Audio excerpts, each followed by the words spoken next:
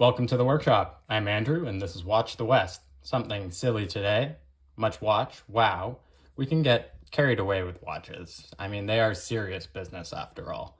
This Olevs googly-eyed dog watch firmly falls in the not-so-serious category, and it's a bit of novelty for around 36 bucks. It's not exactly versatile, but it is great for parties, whether that's a kid's birthday party or a rave. And it comes in two versions. There's a bulldog version and this one, which I think is supposed to be a Shiba, but given current events, I think it's fair to call it a Corgi, and we even have that little crown up there. The gimmick here is the two separate quartz movements. So you have an hour disc on the left and a minute disc on the right. Over the day, you'll get some pretty silly expressions. And if anyone asks, you can be completely facetious and say, oh, well, actually, it's a regulator of resonance. Those two movements plus the square shape probably create a bit too much wrist presence for me, but the dimensions aren't crazy. We have a diameter of 39.1 millimeters,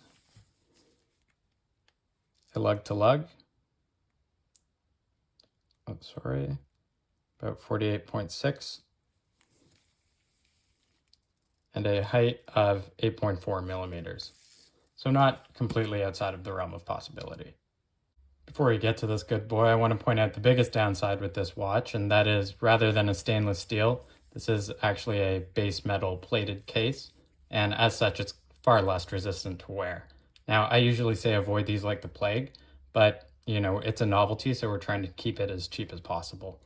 The back does appear to be stainless steel, because it has a very light laser engraving, the brand information, and a claimed water resistance of 30 meters. The lugs are 24 millimeters, and the strap is that kind of plasticky composite leather, but I was expecting the worst, so I was pleasantly surprised. The buckle is signed, and from where it was wrapped around the cushion in the box, you can see that the leather's actually gotten quite supple and pliable, and then at the same time, there's no cracking on the top or on the sides, which is important. For comparison, here's a cheap strap that I do consider unwearable. Very plasticky. And if you flip it over, it does not move like anything you'd want to have on your wrist. And oh, this. Well, do you like that Rose Anvil guy who cuts boots in half and torches the leather?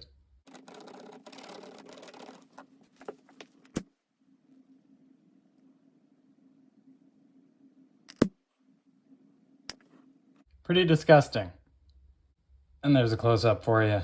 Now I gotta go grab my shop fan. Back on the dial, really the only reason this watch exists, you can see they've made really good use of levels. There's a negative space on the sides and the top here, giving kind of the appearance that this dog is kind of stuck in the case.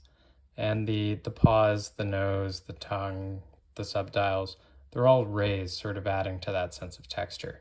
Even the interior of the ears are stamped with that wave pattern. And I thought these hobnails on the face might be the same thing, but that's actually just a printed optical illusion. But still, objectively a silly watch with a surprising amount of thought put into it.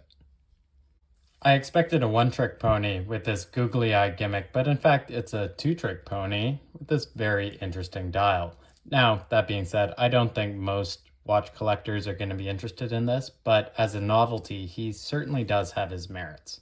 I will leave a link to this in the description, and it's surprising they've sold over 130 units. I am working on a couple interesting videos, so please subscribe to stay up to date. We have some exotic case materials and dials, but until then, thanks for watching. We'll see you next time.